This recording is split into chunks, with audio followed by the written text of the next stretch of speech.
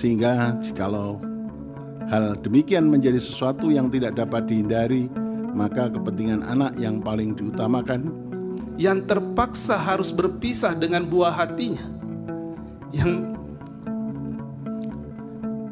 yang masih di bawah umur. Inilah momen suara dua hakim konstitusi Arif Hidayat dan Guntur Hamzah bergetar saat membacakan putusan uji materi Kitab Undang-Undang Hukum Pidana KUHP yang diajukan oleh 5 orang ibu-ibu yang anaknya diculik oleh mantan suami. Dalam permohonannya, para ibu tersebut menggugat pasal 330 ayat 1 KUHP.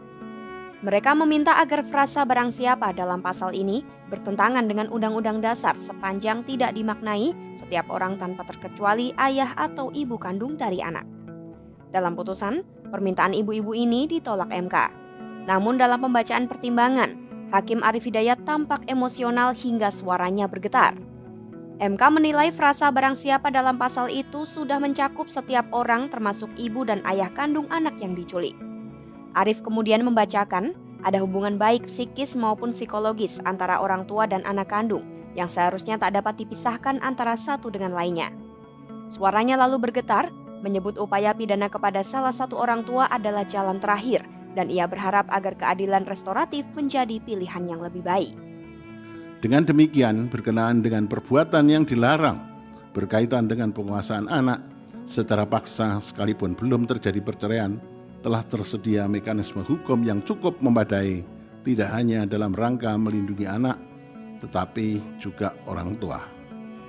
Artinya, terdapat hubungan baik psikis maupun psikologis antara orang tua dan anak kandung yang seharusnya tidak dapat dipisahkan antara satu dengan lainnya. Sehingga jikalau hal demikian menjadi sesuatu yang tidak dapat dihindari, maka kepentingan anak yang paling diutamakan dan pilihan untuk memidanakan salah satu orang tua kandung anak yang melanggar ketentuan pasal 330 ayat 1 KUHP adalah pilihan terakhir dalam penegakan hukum atau ultimum remedium.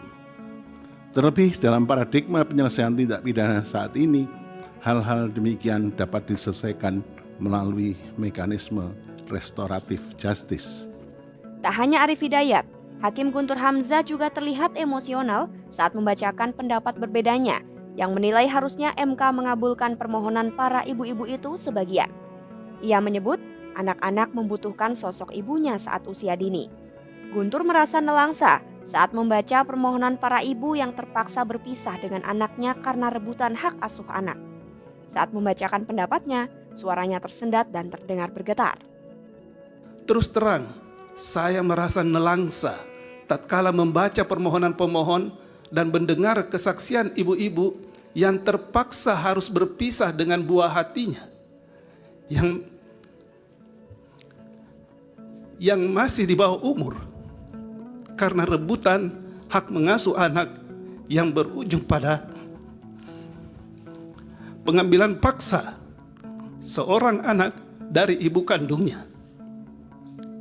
Lebih sedih lagi, dalam perkara aku, mahkamah tidak seperti biasanya melakukan terobosan hukum. Padahal, dalam beberapa perkara lainnya yang tidak perlu saya sebutkan satu persatu dalam ruang yang terbatas ini, mahkamah tampak melangkah maju, mengambil sikap. Bahkan dalam banyak hal, terlihat progresif, menunjukkan sikap konstruktifnya. Namun sekali lagi, dalam perkara aku, mahkamah tidak menunjukkan hal tersebut dan cenderung membatasi diri quote non, sehingga kegamangan aparat penegak hukum dalam menyikapi duka para ibu-ibu yang terlepas dari anak kandungnya yang masih di bawah umur Foresa terus berlangsung.